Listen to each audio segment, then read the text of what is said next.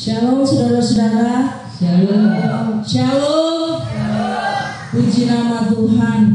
Pada pagi hari yang indah ini kita bersyukur sama Tuhan Yesus. Kalau kita sudah dipersatukan untuk ibadah pada pagi hari ini, kita percaya bahwa Yesus ada bersama-sama dengan kita pada pagi hari ini. Amin. Ada sukacita saudara?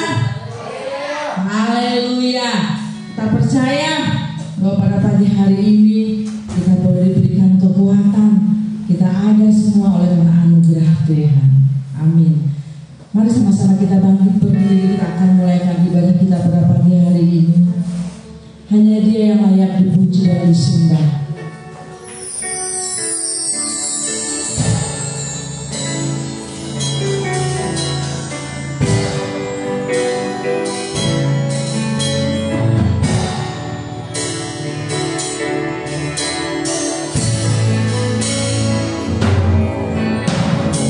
Alam semesta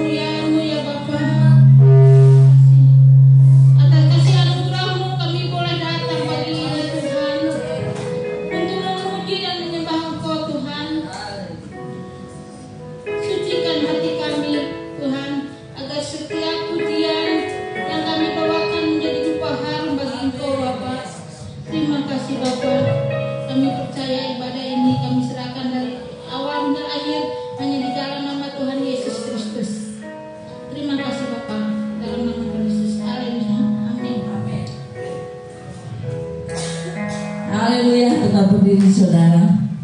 Walaupun suara-suara agak parau, tetap kita mau memuji nama Tuhan. Amin. Tetap semangat. Mau goyang sedikit? Haleluya. Suka-sukamu Tuhan.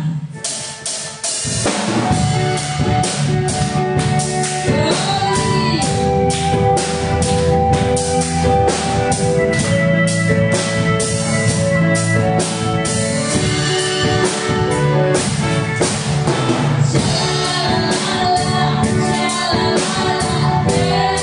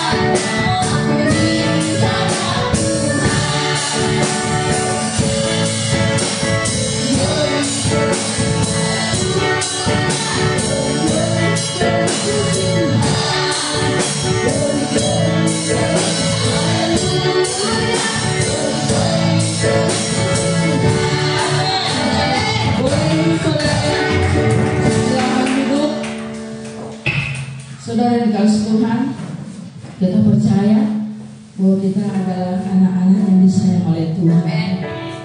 Saudara merasa disayang? Oh, luar biasa. Sayang Tuhan itu luar biasa. Tidak ada tandingannya, saudara. Ya. Bahkan kita juga tidak bisa membalas kebaikan Tuhan. Apapun yang kita lakukan, jauh, saudara. Maupun kita mau memuji, kita memberi, kita melakukan hal-hal baik, itu kebaikan Tuhan tidak bisa kita balas. Ya, kita percaya bahwa saat pagi hari ini ada rencana Tuhan dalam kehidupan saudara dan saya. Walau kita berjalan di dalam rumah yang kelam, walaupun kita berjalan ada di tengah-tengah masalah, jangan biarkan masalah itu selalu bersama dengan kita. Tetapi biarkan kita berpikir di setiap masalah yang kita hadapi ada rencana Tuhan yang indah yang akan saudara terima. Amin. Tak terbalaskan.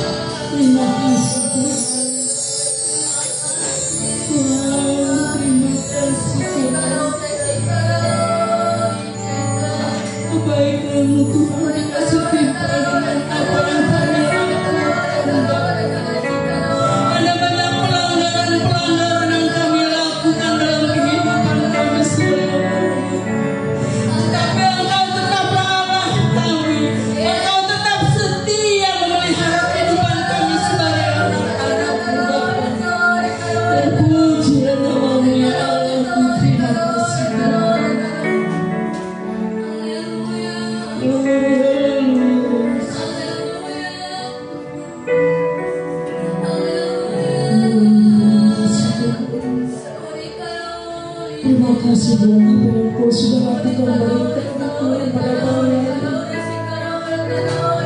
Kami bersyukur Tuhan, bersyukur. Kalau kita bersama dengan kami, walau kami dalam lembah kekelaman, kalau kami berjalan Tuhan banyak permasalahan, tapi kami boleh berpikir ada rencana-Mu yang indah Tuhan bagi kehidupan yang Kau kerjakan bagi anak-anak-Mu pada hari ini. Kita nyanyikan lagu ini sekali.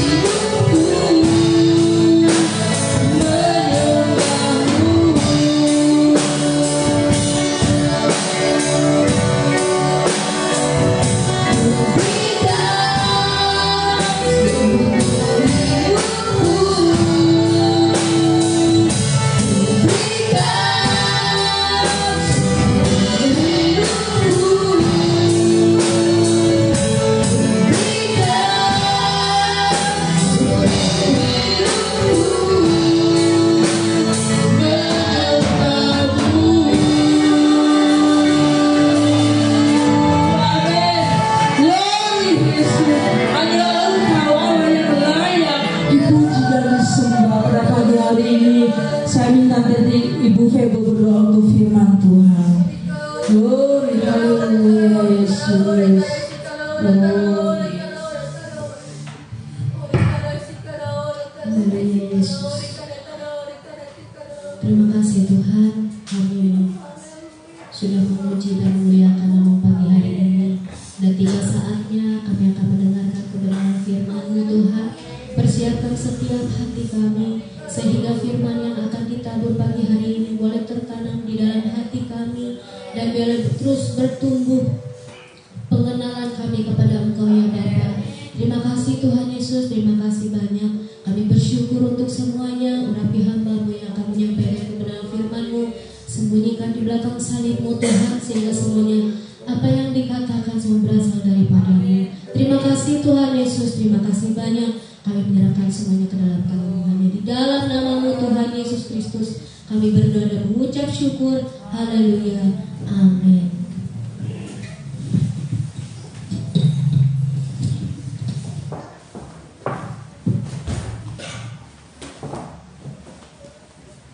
Puji nama nama Tuhan. Shalom saudara. Kasih Kristus buat semua kita yang hadir hari ini, yang menerima kebenaran firman-Nya bersama dengan jemaat Tuhan yang ikut live streaming di mana saja berada. Puji Tuhan. Setelah mari kita membuka dalam Bilangan 14 ayat 31 sampai dengan 35. Kita akan baca bersama-sama beberapa ayat ini. Bilangan 14 ayat 31 sampai 35. Jika sudah menemukan, mari kita baca bersama-sama secara bergiliran. Saya 31, saudara 32 dan seterusnya. Puji nama Tuhan. Ayat 31, tentang anak-anakmu yang telah kamu katakan, mereka akan menjadi tawanan, merekalah yang akan kubawa masuk, supaya mereka mengenal negeri yang telah kamu hinakan itu. Saudara,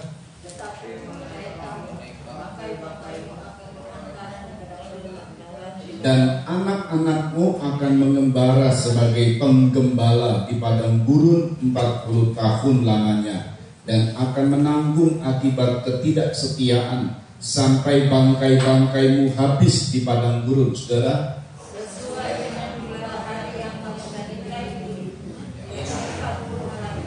1 hari dihitung 1 tahun. Jadi 40 tahun lamanya kamu harus menanggung akibat kesalahanmu, supaya kamu tahu rasa-rasanya ketika aku berbalik daripada. Aku Tuhan yang berkata demikian. Sesungguhnya aku akan melakukan semuanya itu kepada segenap umat yang jahat ini, yang telah bersepakat melawan aku. Di padang gurun ini mereka akan habis, dan disinilah mereka akan mati. Ya saudara, ini merupakan satu pernyataan dari Tuhan.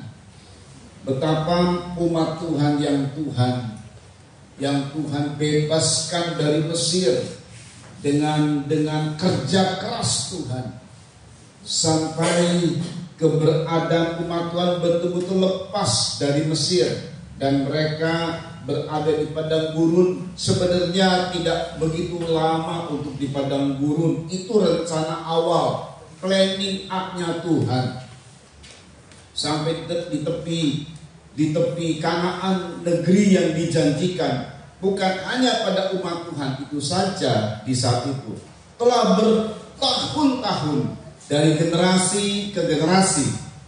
Nenek moyang dari umat Tuhan yaitu Abraham, Ishak dan Yakub dijanjikan bahwa tanah itu, tanah perjanjian, itu tanah yang diberkati. Jadi kalau saya lihat saudara, pemikiran saya pada saat Allah berfirman kepada Abraham, keluar dari tanahmu, aku akan menunjukkan negeri yang kutunjukkan kepadamu. Nggak dikasih tahu apa, itu tanah Kanaan. Saat Abraham sampai di situ, bahkan sampai matinya, tanah itu bukan milik Abraham. Abraham jadi orang asing di situ. Kedua, Ishak anaknya jadi orang asing. Ketiga, Yakub juga jadi orang asing di tanah yang dijanjikan Tuhan. Kenapa ya? Sebab tanah itu masih tanah yang penuh dengan hutan, semak belukar. Sedangkan Abraham kalau diberikan semua itu, ladang semua itu malah terbengkalai semua. Jadi jangan dulu punya kamu. Ishak juga jangan dulu punya kamu. Yakub apalagi, cuma sendiri. Lalu kemudian dari Yakub muncul 70 orang. Dibawalah ke Mesir dulu. Di situ ada Yusuf yang diberkati. Kamu hidup dalam keberkatan Tuhan, pemeliharaan Tuhan, biarpun di tanah asing. Sampai kemudian setelah begitu banyak, ada mungkin jutaan saudara, baru kembali ke tanah yang Tuhan sudah janjikan. Dan tanah yang dijanjikan Tuhan itu bukan tanah seperti Abraham lihat, bukan tanah seperti Abraham hidup. Tanah itu sudah tanah yang diberkati oleh, karena udah dikelola oleh orang lain. Jadi orang lain itu tugasnya mengelola.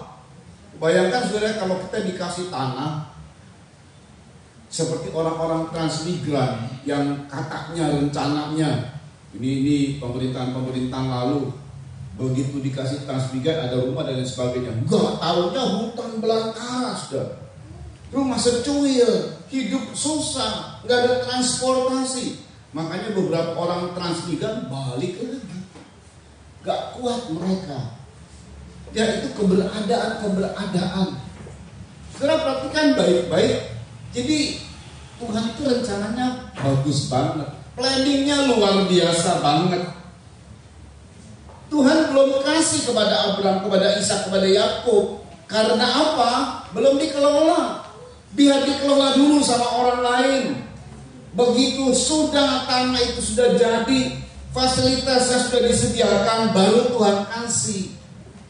Rencana planning A-nya pun setelah dikeluarkan dari Mesir ke tanah Kanaan kurang lebih 2 tahun lah.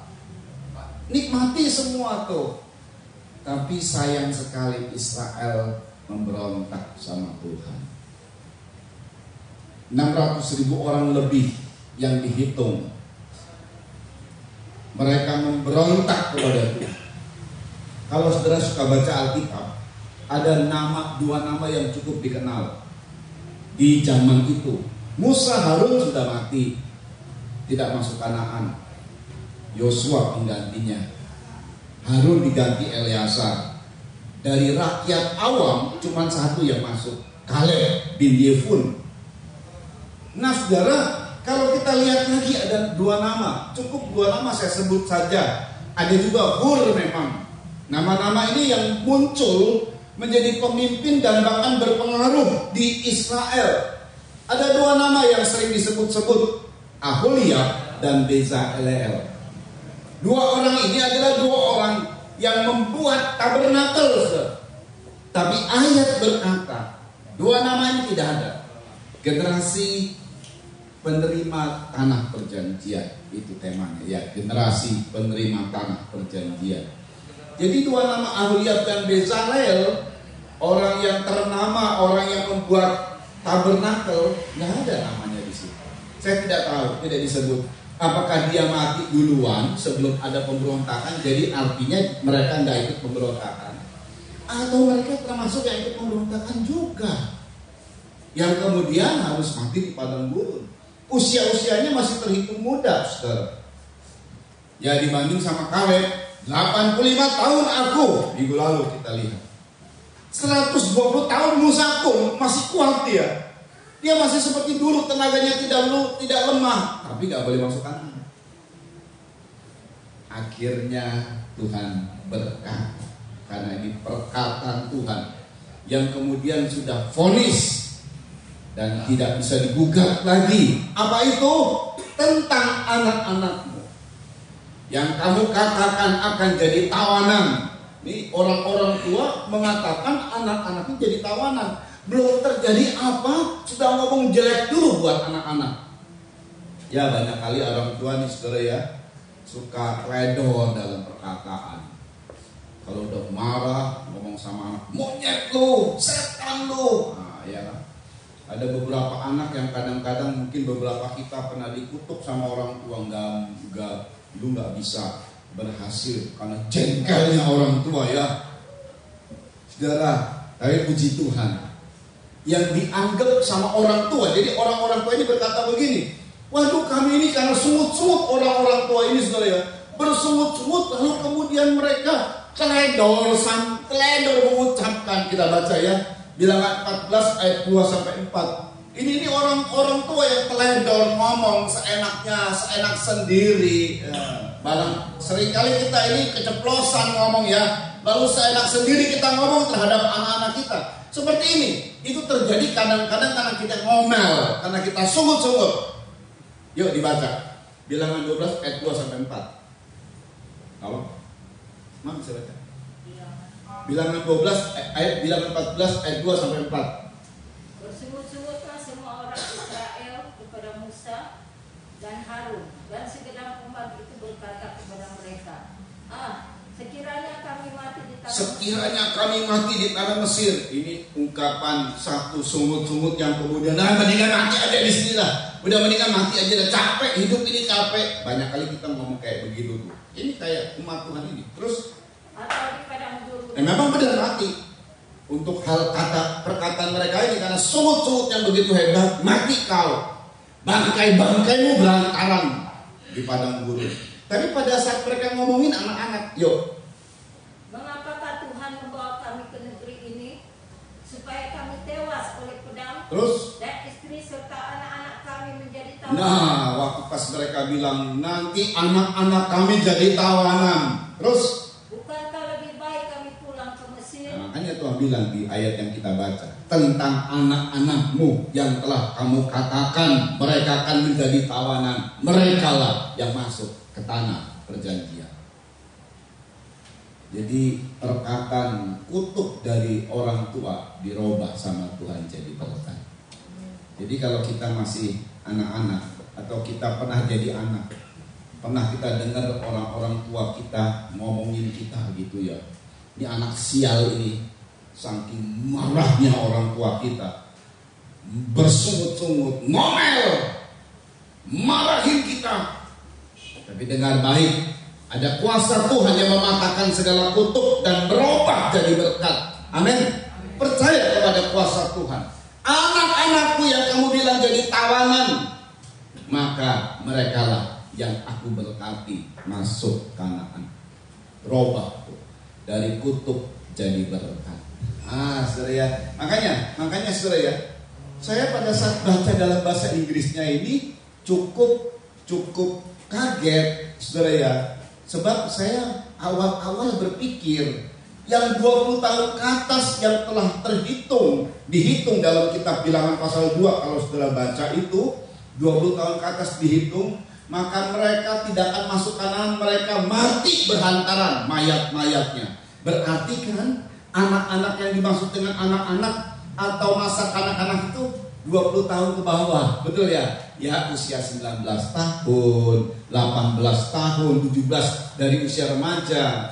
Tapi ayat itu tidak berkata begitu. Anak-anakku yang masih remaja, enggak. Ini yang luar biasa. Ini menjadi sebuah kriteria, menjadi sebuah syarat.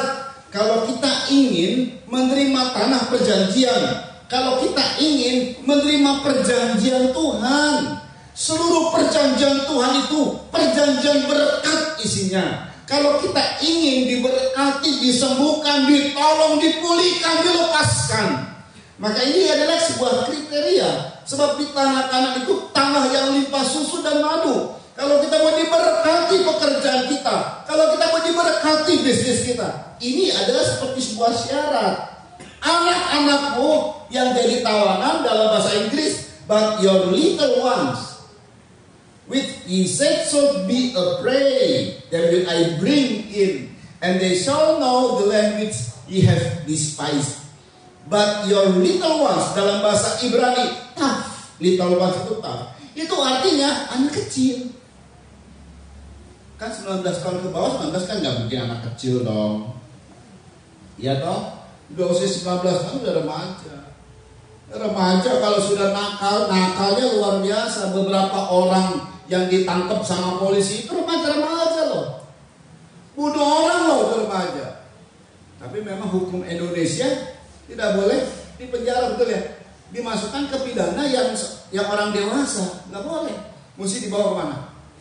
Di tempat didikan, rehabilitasi didikan. Padahal tawuran membunuh, temennya dibunuh. Ada anak remaja yang bunuh orang tuanya loh.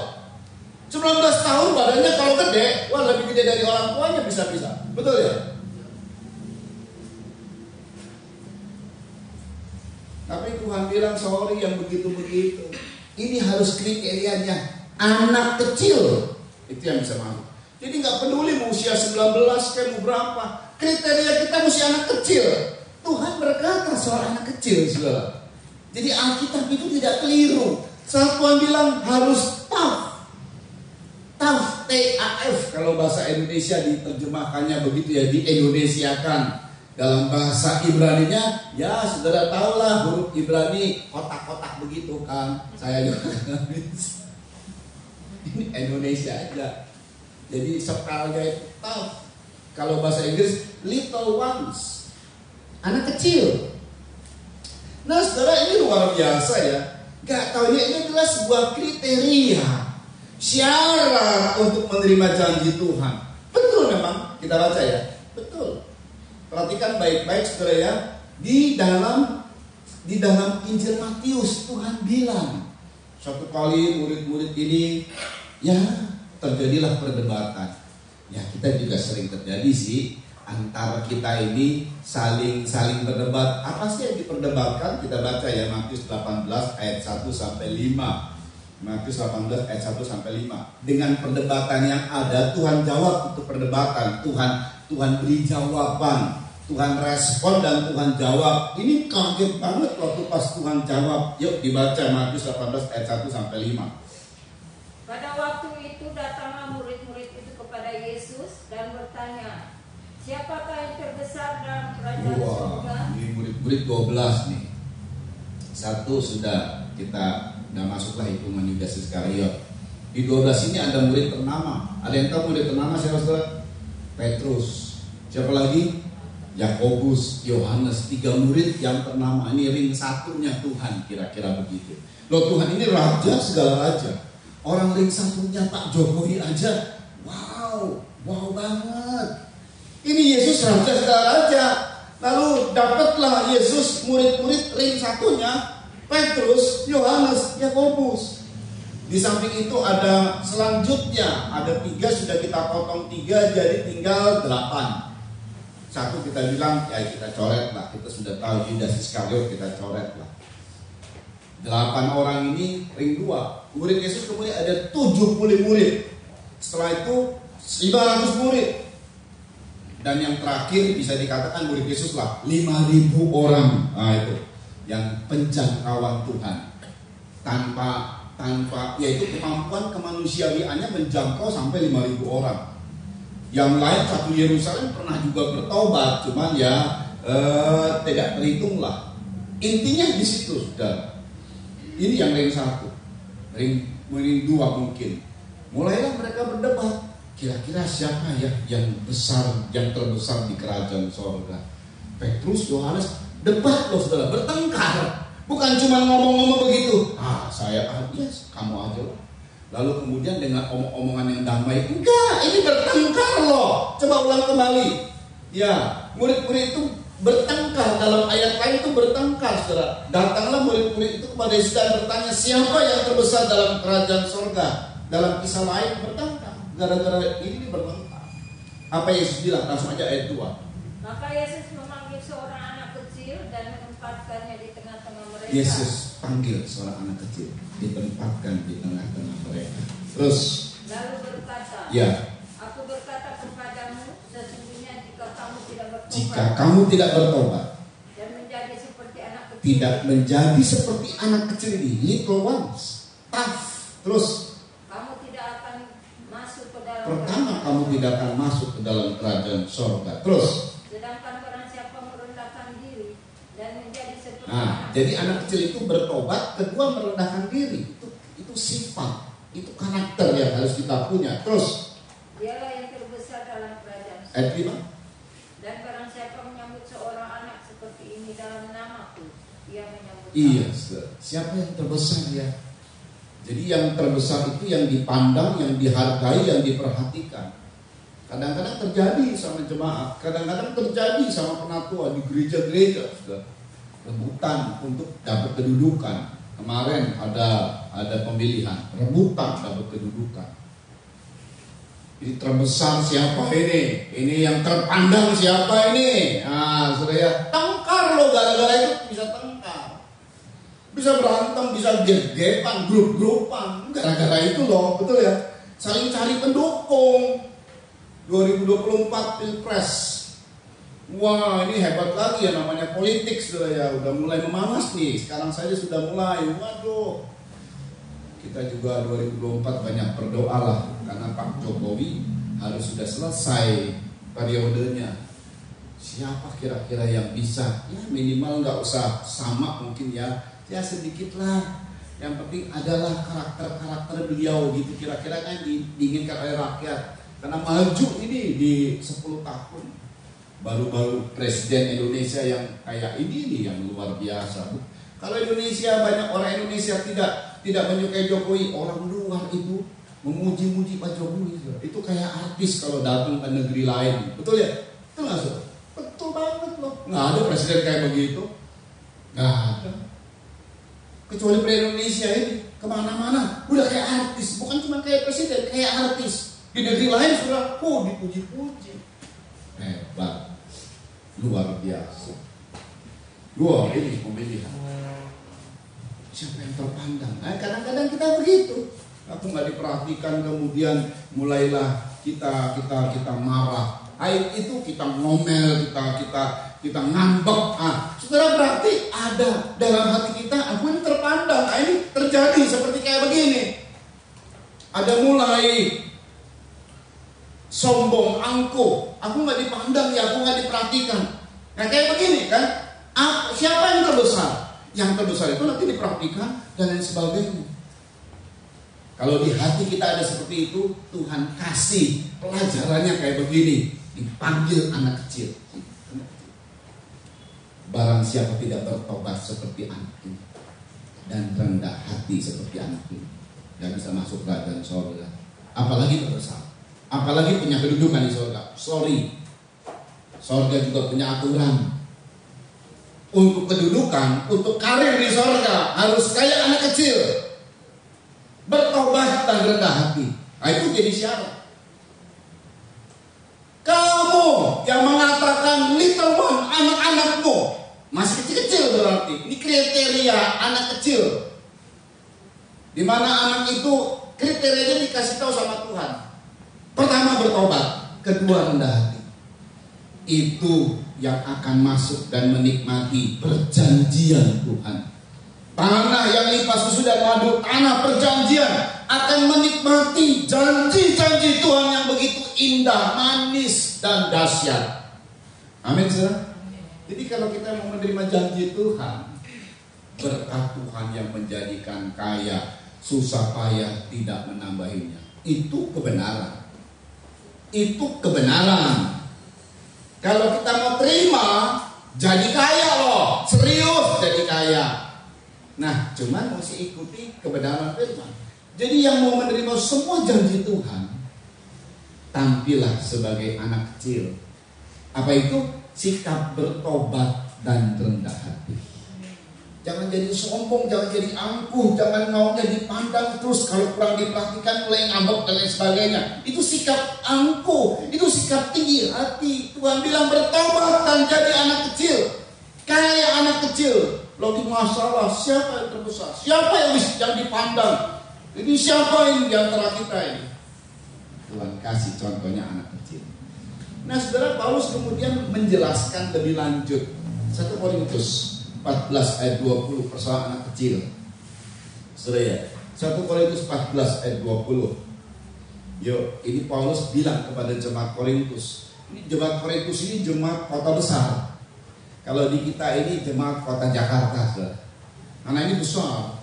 Korintus ini besar, jemaatnya juga gede, saudara ya. Orang-orang yang di situ pintar-pintar semua. Oh, banyak sarjana dan lain sebagainya. Kalau kita kota kecil, kota yang kecil. Bukan cuma kecil. Ya, ini jemaat kota besar. Saudara ya, tapi Paulus bilang begini kepada jemaat yang di kota besar ini. Apalagi kita ya, harusnya kita punya kriteria yang kotanya kecil, yang penampilannya sederhana aja lah, gak neko-neko gitu kan, betul ya, yang polos-polos aja lah, yang tulus-tulus aja lah, gak usah pakai modus-modusan begitu ya.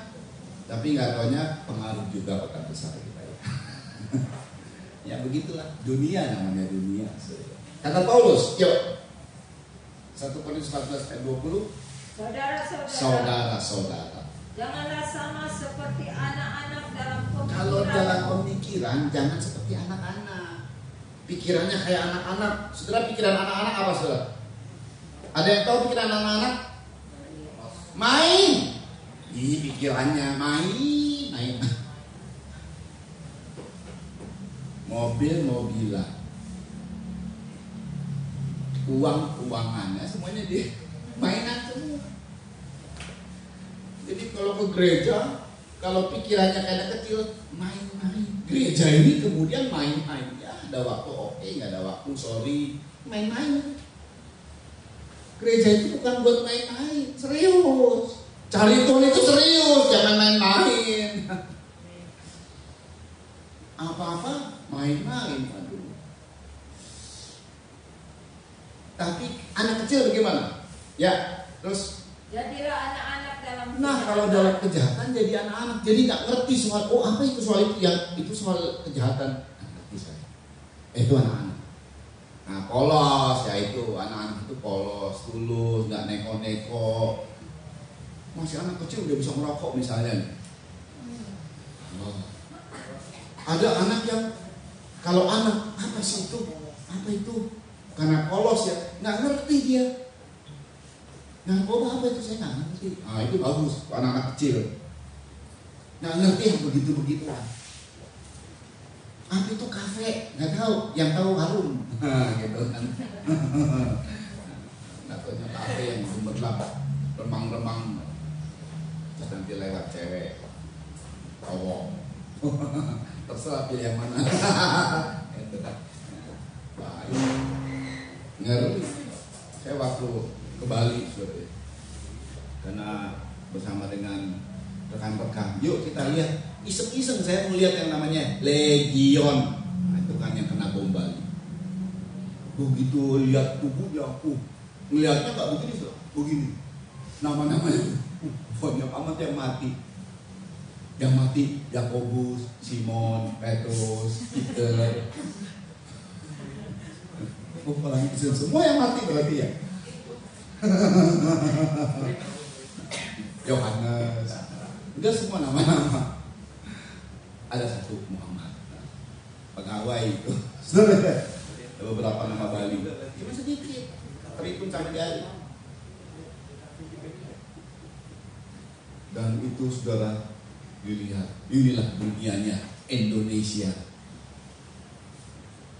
Saya cuma mau lihat aja, sambil berkomunikasi sama Tuhan. Dia udah ditegur. Nah ini belum apa-apa. Ke depan lebih baik. Itu cuma kafe. Anak kecil nggak tahu apa itu kafe. Kafe yang buat itu tahu, yang buat nyemen. Kalau orang tukang ya. Remang-remang apa itu? Apa itu di depan apa itu? Enggak. Polos, tulus. Dunia kejahatan gak mau dipikirin. Yang dipikirin itu dunia kebaikan. Gak ngerti saya sakit hati itu, gak pernah sakit hati. Gak ngerti saya. Gimana sih sakit hati, gak pernah tahu saya. Dan gak mau sakit hati. Gak ada kebencian. Nah itu anak-anak kecil. Jadi gak mau tahu soal-soal yang nanti menyakitkan, membuat benci. Cik tahu gak, Cik kok tahu gak kok. Kalau kita khawatirnya kayak anak kecil dalam kejahatan, gak mau tahu yang begitu. Soal-soal yang jahat. Yang mau diketahui kebaikan. Orang itu baik, orang itu baik. Itu yang ada. Yang kebaikan yang paling terbaik apa? Firman Tuhan. Ke gereja, doa. Nah itu saudara. Jadi yang diketahui cuma hal-hal yang rohani. Jadilah anak-anak dalam kejahatan. Terus jadilah anak dalam kejahatan. Terus tapi soal dewasa, orang dewasa dalam pemikiran harus dewasa. Pemikirannya orang dewasa itu apa? Serius. Orang dewasa itu serius. Cari duit serius. Anak-anak habisin buat jajan gitu. Orang tua udah ayo anak kita minta duit. Lu nggak tahu buat dapat duitnya capek-capek loh. Nggak peduli tuh anak. Cuma minta doang, nggak begitu. Jadi kalau kanak-kanak itu soal kejahatan, tapi kalau pemikiran harus dewasa. Amin, sir. Konteks kanak-kanak kita lihat dalam kejahatan, orang-orang yang tulus, polos. Orang dunia bilang kita bodoh, kan wae biarin aja. Yang penting Tuhan angkat jempol buat kita. Ini anak-anakku yang di Pagaden. Ini anak-anakku yang ikut live streaming ya, Tuhan angkat jempol karena polos, karena tulus, rendah hati dan bertobat. Wow, luar biasa ya. Nah, beberapa kriteria yang saya tadi sebutkan, gak taunya Tuhan bilang begini juga. Selain little one, maka Tuhan bilang begini. Yuk dibaca ayat 33 dalam Bilangan 14. Ini kriteria gak taunya yang akan menerima perjanjian. Ada syaratnya. Anak-anakmu yang jadi tawanan yang kamu ngomong, aku berkati mereka. Tapi anak-anak yang seperti apa? Yang little one, anak kecil yang bertobat rendah hati. Anak-anak yang dalam kejahatan kayak anak kecil, soal kejahatan kayak anak kecil. Dan yang dan hal yang lainnya, saudara. Ayat 33 dibaca yuk. Bilangan 14 ayat 33. Ini luar biasa sekali apa yang Tuhan bilang. Yuk. Dan anak-anakmu akan mengembara sebagai pengembala di padang gurun. Anak-anakmu satu akan mengembara. Sudah tahu pengembara itu bukan pemilik. Pengembara itu bukan pewaris. Jadi kalau di padang gurun jangan jadi milik padang gurun. Ngapain padang gurun dimiliki? Betul ya? Padang gurun itu adalah perjalanan. Dalam perjalanan itu kita cuma jadi penumpang, pelewat doang, pengembara saja. Pengembara itu nggak bisa ditinggal di satu tempat dan menjadi milik. Bukan. Hati kita itu harus begitu. Pertama pengembara, penumpang. Kedua penggembala. Nah, ungkapin ya, ulangi lagi ya. Pengembara dan penggembala. Mereka akan mengembara dan menggembala di padang gurun. Coba ulang lagi yuk. Dalam bahasa asli juga begitu. Yuk. Dan anak-anakmu akan mengembara sebagai penggembala di padang gurun. Ya. Ini dia yang mau jadi milik Tuhan. Ini yang dapat janji Tuhan. Kita akan mendapat janji Tuhan kalau kita di dunia ini sebagai penumpang. Biarpun kita punya rumah bagus, biarpun kita punya mobil mewah, semua itu cuma sementara belaka. Kita tidak mau memiliki dunia ini sepenuhnya sebagai milik, tapi hanya penumpang saja. Saudara perhatikan, kalau kita sifatnya kayak begitu, boleh kita fasilitas dari rumah. Silakan kita nikmati semua kekayaan yang ada di dunia. Cuman tetap jadi penumpang. Artinya jangan terikat dengan harta, jangan terikat dengan kekayaan, jangan terikat dengan fasilitas dunia yang begitu wow memang. Sebab satu kali dunia akan kita tinggalkan. Amin. Kita dirapture. Boleh saudara memelihara. Wah, ada yang kalau dapat mobil, waduh bagus sedikit lecet. Wah, ngedumel gitu ya. Marah-marah. Ya hal-hal wajar oke lah. Tapi jangan gara-gara itu semua dimarah-marahin. Rasanya cintanya sama mobil. Lain lagi cinta sama hobi ini dan itu. Wah, sama ikan, sama burung, sama guguk. Istri atau suaminya nomor 2. Wah, ini bahaya. Jadi seperti udah milik. Hati-hati makanya. Kalau kita betul-betul mau jadi orang yang diberkati menerima janji Tuhan, Tuhan bilang di dunia ini sebagai penumpang, sebagai pengembara. Makanya mereka yang akan masuk tanah Kanaan, anak-anakmu menjadi pengembara. Harus rasakan pengembara. Nggak boleh milik. Nanti miliknya Kanaan. Nanti miliknya kita surga. Di dunia ini Tuhan mau berkati kita.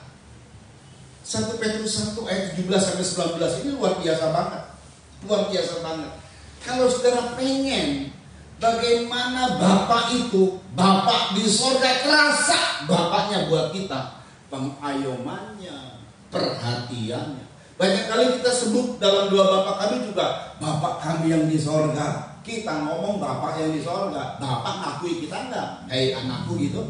Belum tentu. Tapi kalau kamu ingin merasakan sebagai anak dari Bapak yang baik dan terbaik, ini apa ayat ini yang kita akan lihat. Yuk, 1 Petrus 1 ayat 17 sampai 19. Ini syarat kita mendapat janji Tuhan. Haleluya. Yuk. Dan jika kamu menyebutnya Bapa, Jika kamu menyebutnya Bapa, ya, yaitu Dia yang tanpa memandang muka menghakimi semua orang menurut bayangkan ya, perbuatannya. Dia tanpa memandang muka kalau menghakimi. Tapi kalau kita anak dihakimi nggak sama Dia? Kita ditegur, dikasihi sama Dia.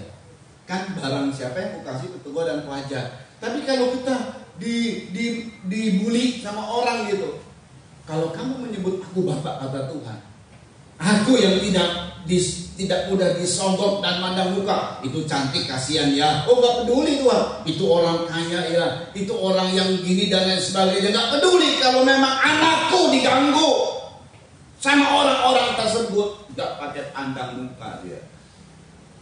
Makanya ini pembelaan buat kita, saudara. Cara penghakiman Tuhan itu gak pakai pandang muka. Asal kitanya nih, kan kita yang nyebut Dia Bapak, orang lain mah gak pernah nyebut Dia Bapak. Mana ada agama yang menyebut Allahnya Bapaknya? Gak ada, kecuali Kristen. Tetapi orang Kristen boleh ngomong Tuhan itu Bapak, belum tentu Bapak mengakui kita anak. Kalau engkau menyebut Dia Bapak yang tanpa memandang muka, maka teruskan. Maka hendaklah kamu hidup dalam ketakutan. Hendaklah kamu hidup dalam ketakutan. Terus Selama kamu menumpang di dunia. iya, takut sama Tuhan, maksudnya takut sama Bapak kita sebagai orang tua. Takut sama Tuhan, serius, makanya jangan main-main. Kalau Dia Bapak, ya takutlah sama Bapak, hormat sama Bapak. Sama seperti orang tua kita hormat, kita juga hormat sama Bapak. Memang tidak kelihatan, tapi kalau saudara hormat, maka Dia hadir sebagai Bapa yang mengayomi kita. Dan hidup di dunia ini sebagai penumpang saja. Terus, Sebab kamu tahu bahwa kamu telah ditebus dari cara hidupmu yang sia-sia. iya, karena kamu sudah jadi milik, ditebus dari cara hidup sia-sia, ya.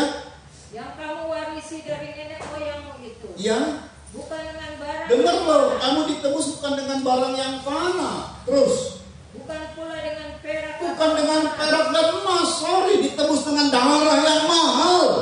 Supaya kita jadi milik. Kita tiap-tiap minggu lakukan perjamuan suci. Harus ingat bahwa kita ditebus oleh darah yang mahal, melebihi daripada emas dan perak. Makanya pikiran kita tuh jangan cuma duit. Kita berharga, lebih berharga dari seluruh isi dunia. Dan kalau Dia Bapa, Dia akan menjaga, membela, melindungi, mengayomi.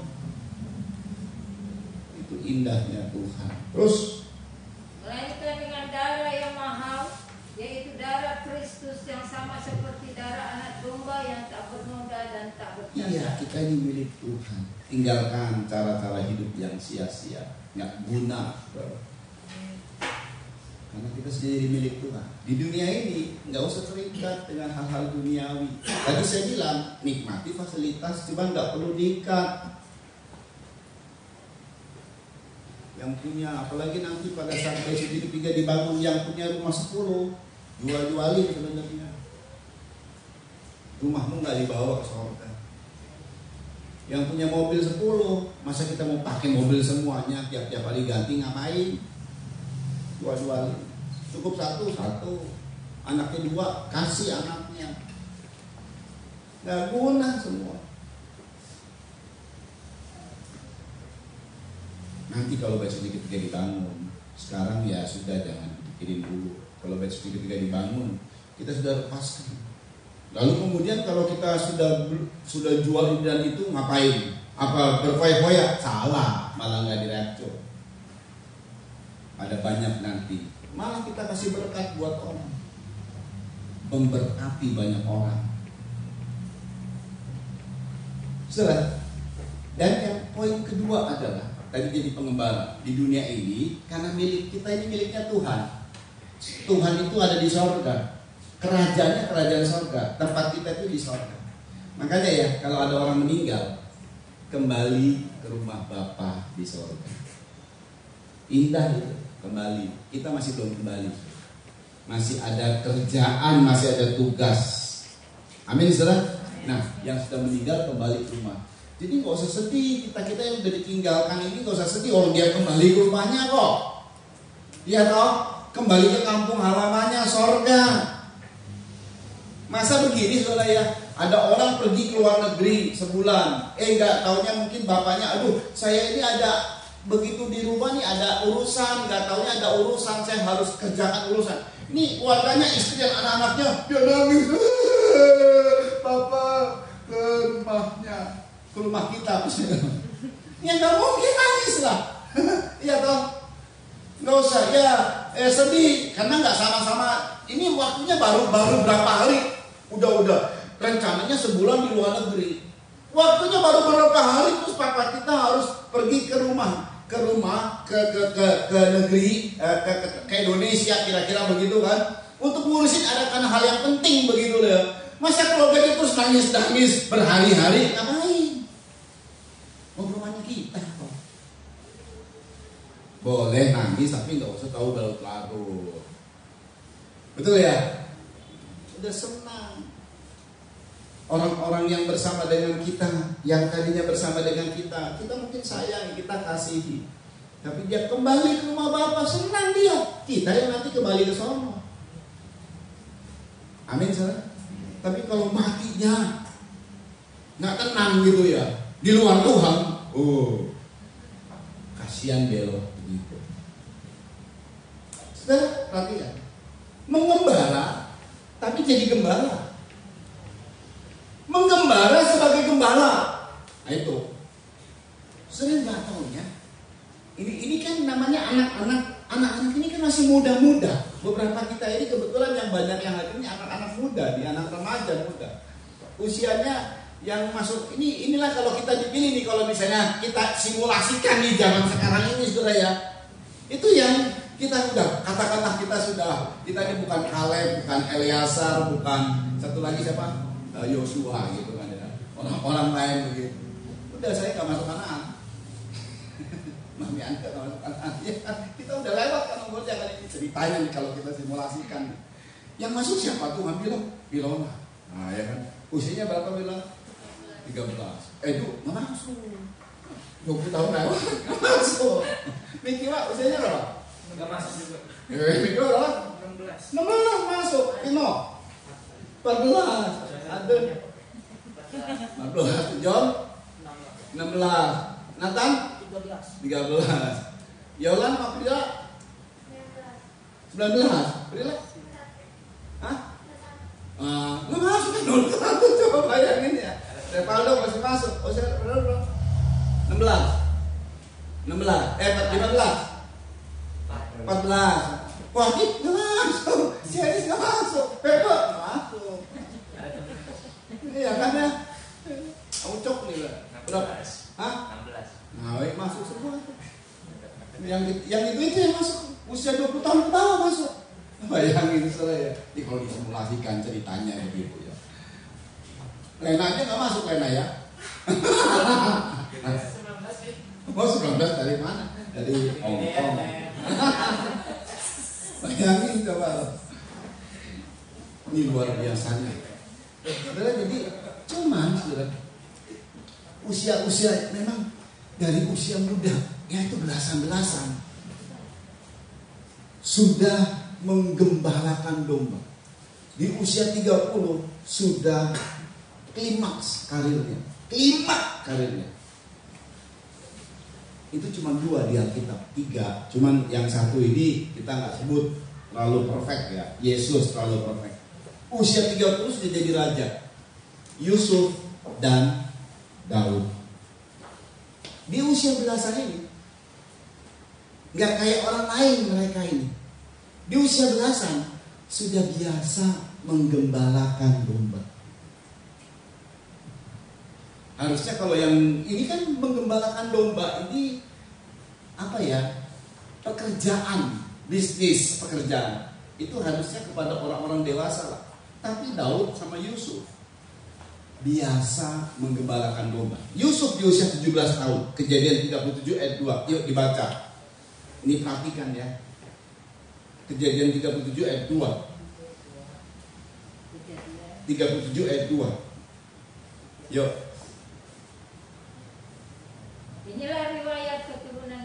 Iya. Yusuf tatkala berumur 17 tahun. 17 tahun terus Jadi masih muda. Masih muda. Terus biasa mengembalakan domba.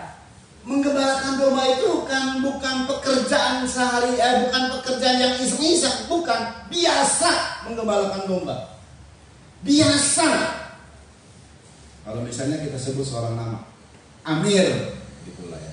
Kan nggak ada yang namanya Amir. 17 tahun. Orang Pegadaian, jemaat Pegadaian. Biasa. 17 tahun.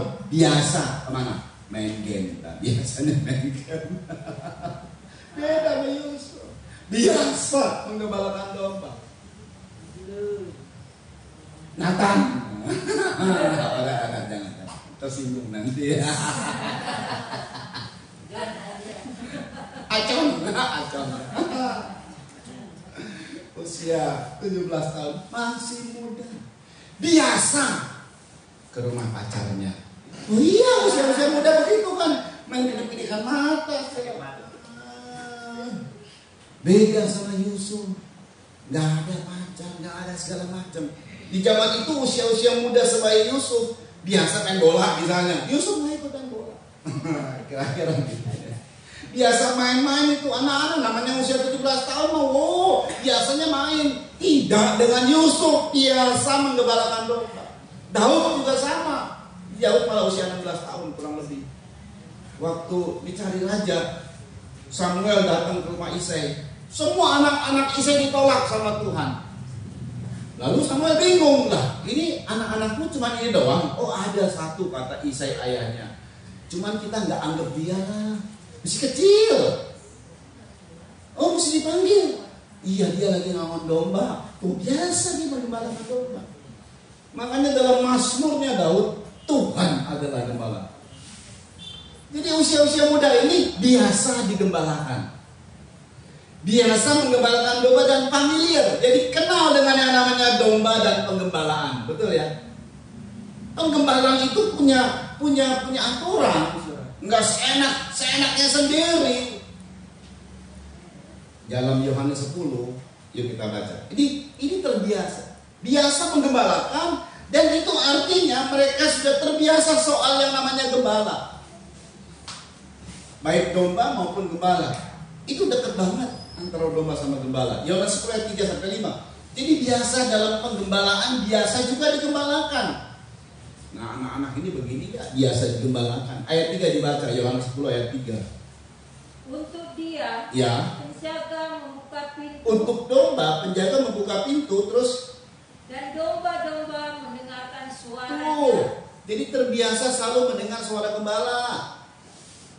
Terus dan ia memanggil domba-dombanya masing-masing menurut namanya dan menuntunnya keluar. Terus jika semua dombanya telah dibawanya keluar, terus ia berjalan di depan mereka. Terus dan domba-domba itu mengikuti dia. Perhatikan ya.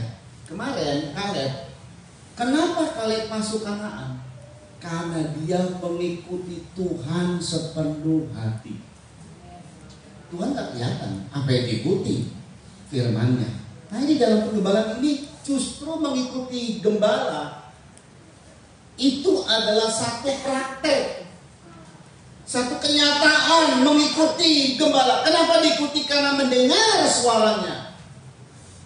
Jadi dengar-dengaran, diikuti sepenuhnya. Apa yang dibilang sama gembala, didengar, dilakukan, didengar, dilakukan. Itu domba. Diomongin, dilakukannya enggak. Itu kambing. Domba itu nurut, saudara. Loh, ayat berkata begitu loh. Domba itu nurut dan gembala kita siapa? Firman. Jadi yang didengar oleh kita firman Tuhan kita turuti, sepenuhnya kita turuti. Dan itu terbiasa. Biasanya apa sih menuruti firman? Biasanya apa sih menuruti firman? Tuntutan firman dituruti. Saya mau tanya, yang suka main game punya tuntutan nggak? Punya tuntutan nggak? Punya. Kuota tuntutan tuh. Kuota tuntutan. Kalau nggak dapat kuota, ngomel dia. Itu kan namanya tuntutannya mesti dituruti. Apalagi? Apa? Belum lagi kalau main game dengan online dan dengan segala macam. Nah itu kan, saya mah orang anak kecil polos, nggak ngerti itu apa. Polos, nggak ngerti. Tuntutannya ada, semua menuntut. Biasa ke tempat ceweknya, nuntut tuh. Tapi semua yang disebut biasa tadi, lalu kemudian tuntutan dari dunia, nggak guna. Tapi kalau biasa menggembalakan domba, kita firman itu menuntut untuk kita ikuti, itu lebih berguna. Itu lebih berguna untuk memberkati kita. Jadi kalau saya usianya sudah di atas 20 lah, apalagi 50 segala macam, no problem. Asal mari kita membiasakan diri dalam penggembalaan. Karena yang akan menerima janji Tuhan adalah orang-orang yang biasa dalam penggembalaan, yang dengar-dengaran dengan suara gembala, dengar-dengaran dengan firman Tuhan, biasa digembalakan, biasa dalam penggembalaan, suka ada dalam penggembalaan, suka ada dalam penggembalaan. Nah itu orang-orang yang akan menerima janji Tuhan. Meningkat saudara. Pada saat Yesus bilang di Yohanes 10, itu Yesus belum mati di kayu salib. Kemudian dia mati di kayu salib, bangkit dari antara orang mati. Dia ngomong sama Petrus, murid andalan. Sebab setelah Yesus akan ditinggalkan semua murid-murid kepada Petrus, makanya dia ngomong sama Petrus. Ini dia omongannya. Dan ini adalah kuasa kebangkitan. Dalam kuasa kebangkitan dia bicara.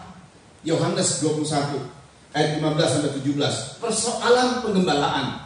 Biasa menggembalakan. Ini adalah satu peningkatan. Setelah kita biasa dengar-dengaran sama Tuhan, biasa dengar-dengaran sama suara gembala, bahkan kita tidak mau mengikuti suara asing, kita hanya ikuti suara gembala. Makanya suka pada firman Tuhan. Itu domba yang sejati ya. Domba yang sejati, Tuhan berkata, aku gembala yang baik dan aku berani menyerahkan diriku buat domba-domba yang sejati. Oh itu hebatnya Tuhan, berani pasang badan buat kita domba-domba sejati. Orang-orang yang dengar-dengaran sama Tuhan, Tuhan akan bela mati-matian, istilahnya begitulah. Sebenarnya enggak, Tuhan udah mati malah, dan dia bangkit. Nah waktu dia bangkit, dia sudah menerima kemenangan. Dia bicara sama Petrus. Yuk 15.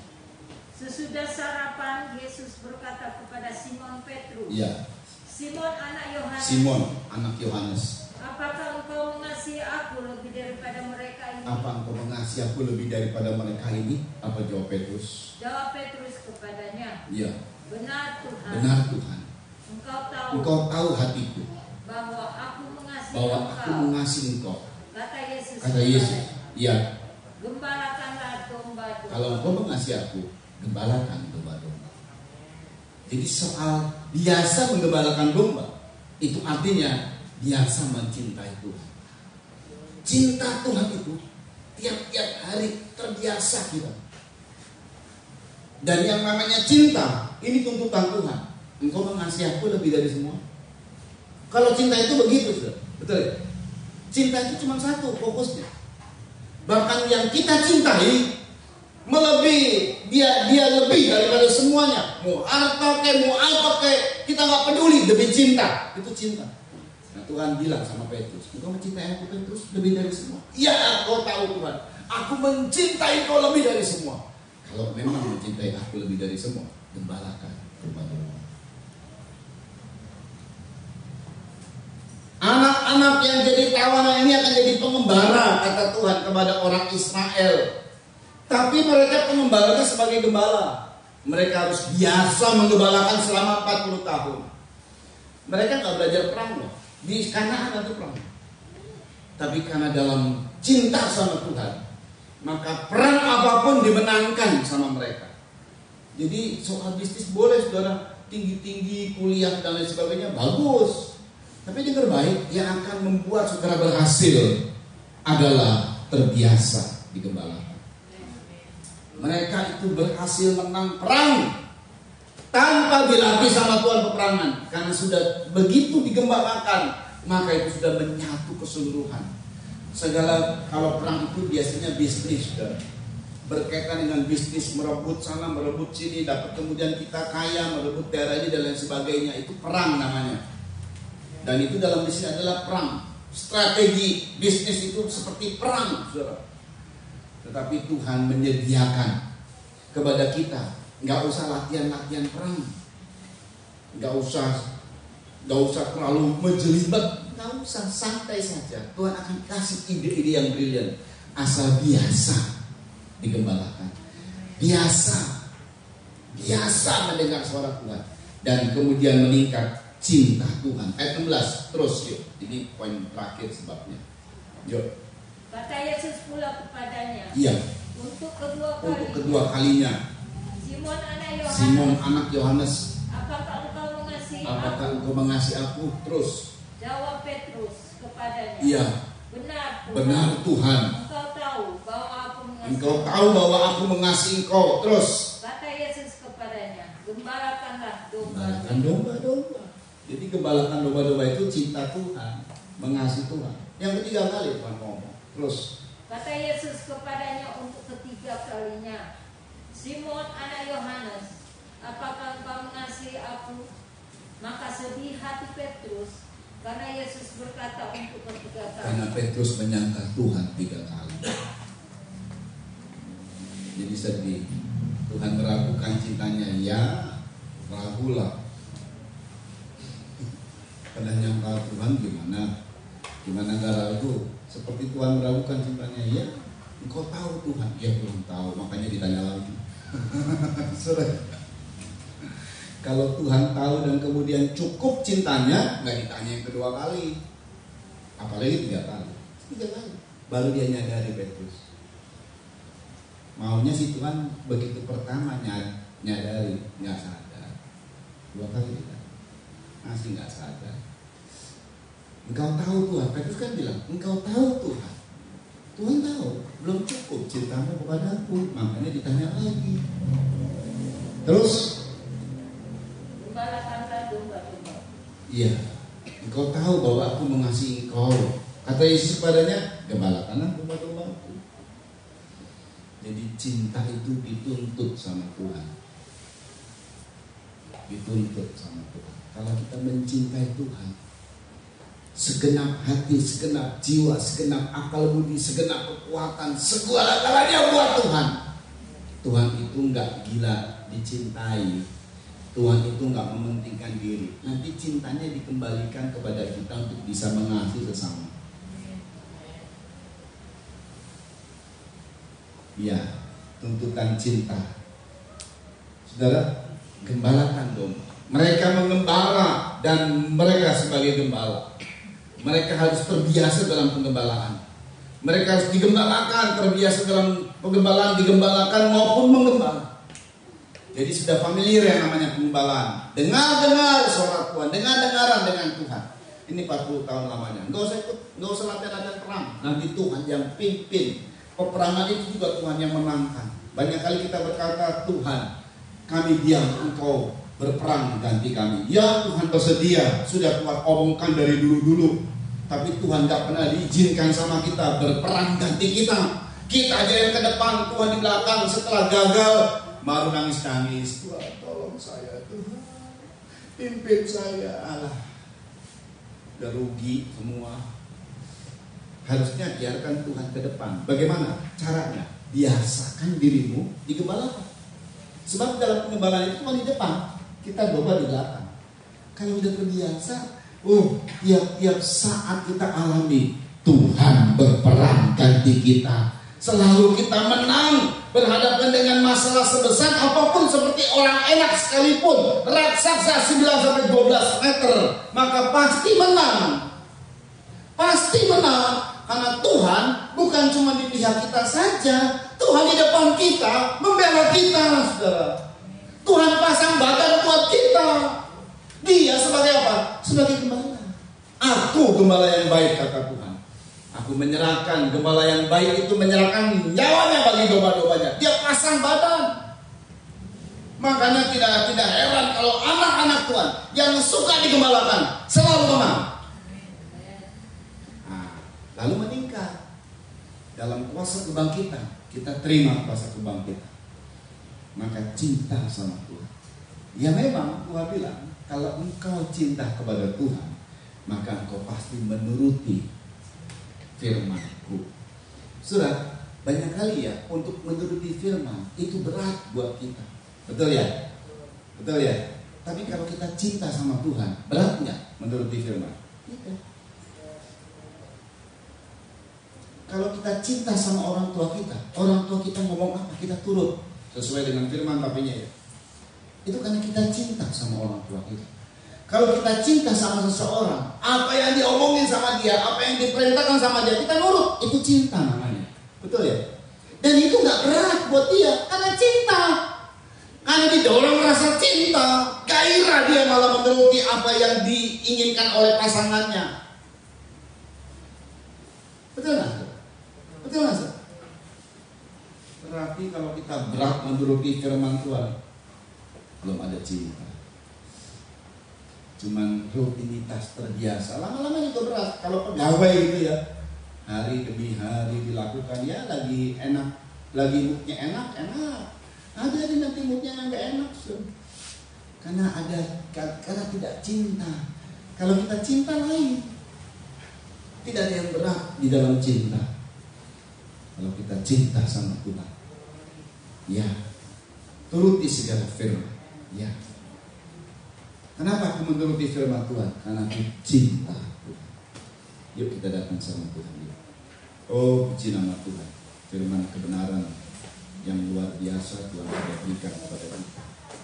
Tinggal kita menikmatinya.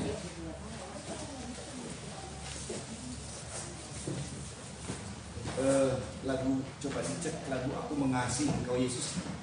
Situ. Biar kalian jadi kalian sini. Biar Lena yang itu. Kalau nggak salah sudah ada lagu Aku Mengasihi. Yuk sambil berjalan kita akan persiapan perjamuan.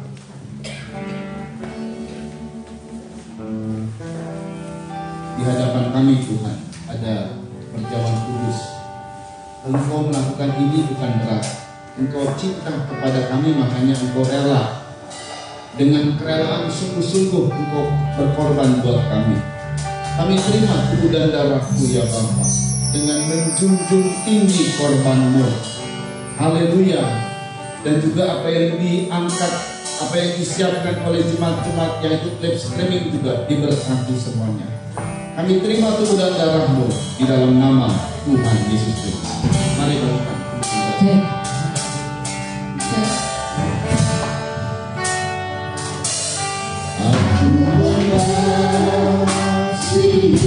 Engkau Yesus, Engkau Yesus, dengan segenap hatiku, aku mengasihi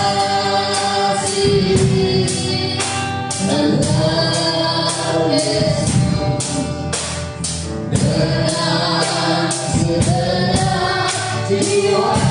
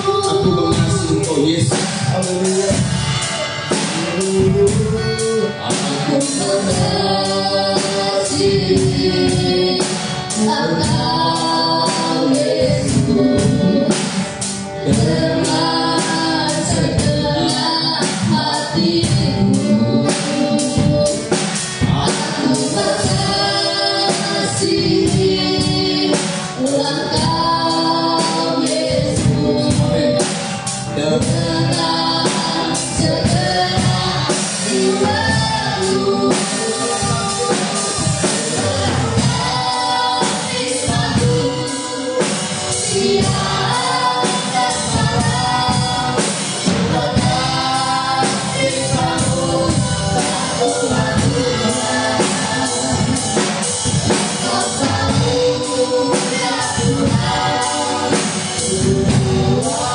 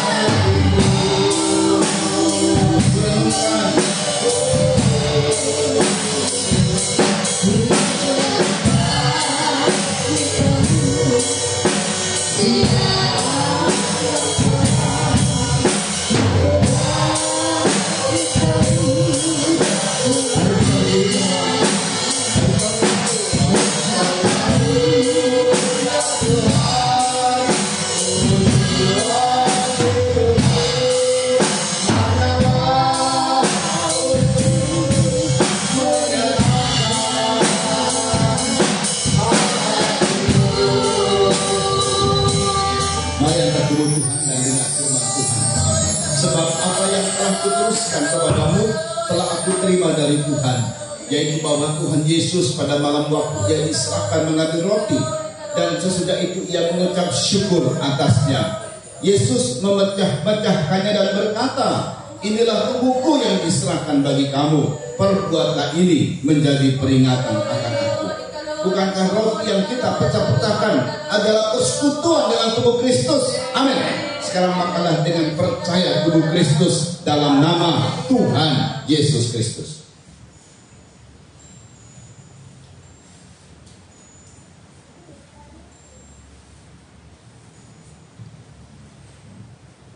Angkat cawan minuman dan dengar firman Tuhan. Demikian juga Yesus mengambil cawan sesudah makan lalu berkata, cawan ini adalah perjanjian baru yang dimeteraikan oleh darahku. Perbuatlah ini setiap kali kamu minumnya menjadi peringatan akan aku. Sebab setiap kali kamu makan roti ini dan minum cawan ini, kamu memberitakan kematian Tuhan sampai Dia datang. Bukankah dalam ucapan syukur yang atasnya kita ucapkan syukur adalah persekutuan dengan darah Kristus? Amin. Inilah dengan percaya darah Kristus dalam nama Tuhan Yesus Kristus. Haleluya. Oh, kita menyembah Tuhan. Jodi kami bersyukur deh. Legakari itu masalah haleluya. Berkati Tuhan anak-anakmu di sini, khususnya anak-anak remaja ini ya Bapa. Mereka yang di bawah usia 20 tahun ke bawah, hamba berdoa dan hamba memberkati mereka dalam nama Yesus. Yaitu live streaming juga dalam nama Yesus diberkati. Haleluya. Jadi berhasil di usia-usia mudamu, akan klimaks Tuhan bekerja. Asal engkau selalu memiliki prinsip hidup di dunia ini menumpang saja, karena engkau adalah anak Bapa dan biasa dalam penggembalaan. Haleluya. Dan cinta Tuhan itu akan menghasilkan kemuliaan bagi kami. Setiap kami juga Tuhan mau mencintai Engkau, membiasakan diri Tuhan dalam penggembalaan, maka kami akan menerima semua janji-janji Tuhan yang indah, manis dan begitu baik buat kami semua. Terpujilah nama Yesus Kristus. Dan anak-anak yang pernah dikatakan yang jahat dari orang tuanya, di dalam nama Yesus Kristus kami patahkan segala perkataan-perkataan yang jahat itu. Yang ada adalah berkat dalam nama Yesus Kristus. Terima kasih Bapa yang baik. Berkati Tuhan semua anak-anakmu dan keluarga di sini yang menyediakan tempat ibadah Kau berkati, keluarga yang menyiapkan pastor juga Kau berkati, yang ikut live streaming berkati Tuhan, korban-korban yang disampaikan oleh jemaat Tuhan juga diberkati semua, nama Tuhan dipermuliakan. Terpujilah nama Yesus Kristus. Dan Tuhan tolong kalau sebentar juga kami kembali ke rumah masing-masing sampaikan dengan selamat, dengan tidak kurang apapun. Haleluya. Dan dalam ibadah-ibadah selanjutnya kami mohon penyertaan-Mu Tuhan Yesus. Teringat dengan anak-anak-Mu yang sedang sakit, ini Tuhan sembuhkan dengan sempurna dalam nama Yesus Kristus. Beberapa juga di SFT Kristus Alpha Omega Tuhan sembuhkan dengan sempurna anak-anak di dalam nama Yesus Kristus. Haleluya. Juga beberapa yang lain. Pemerintah kami juga Tuhan berkati pemerintahan Pak Jokowi dan Pak Maruf. Amin. Bersama dengan menteri, kepala daerah, kabupaten sampai kepada kabupaten dan RT RW lurah. Semuanya Tuhan diberkati dari tingkat gubernur dan seterusnya ya Bapak. Juga demikian pula Tuhan untuk wakil-wakil rakyat di pusat dan di daerah-daerah diberkati. Haleluya. Supaya mereka tetap bersatu hati untuk memajukan Indonesia ini. Haleluya. Terima kasih Bapak yang baik. Tuhan juga berkati akan KPK TNI Polri BIN Densus 88 untuk bisa membongkar kasus-kasus besar koruptor, terorisme, gembong-gembong narkoba, sindikat mafia yang merugikan negara. Haleluya. Dihukum dengan hukuman yang berlaku di Indonesia ini. Tapi kalau luput dari hukum dunia, kami mohon hukum surga bertindak agar nama Tuhan ditakuti di bumi Indonesia ini. Terpujilah nama Yesus Kristus. Terima kasih Bapak yang baik.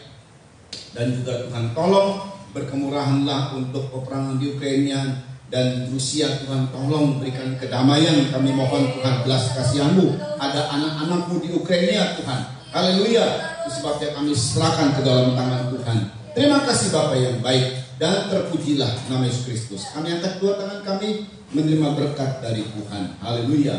Saudara-saudara yang dikasih oleh Tuhan, terimalah anugerah cinta kasih sayang dari Bapa yang sungguh sangat mengasihimu, kasih karunia lewat kuasa pendamaian korban Kristus, serta pimpinan kekuatan kuasa Roh Kudus menjadi milikmu saudara-saudara. Dari sekarang ini sampai Tuhan Yesus datang kali yang kedua, bahkan sampai selama-lamanya. Dalam nama Tuhan Yesus Kristus, mempelai pria sorga dan imam besar yang kami puja-puja, kami alaskan doanya. Haleluya. Haleluya. Haleluya.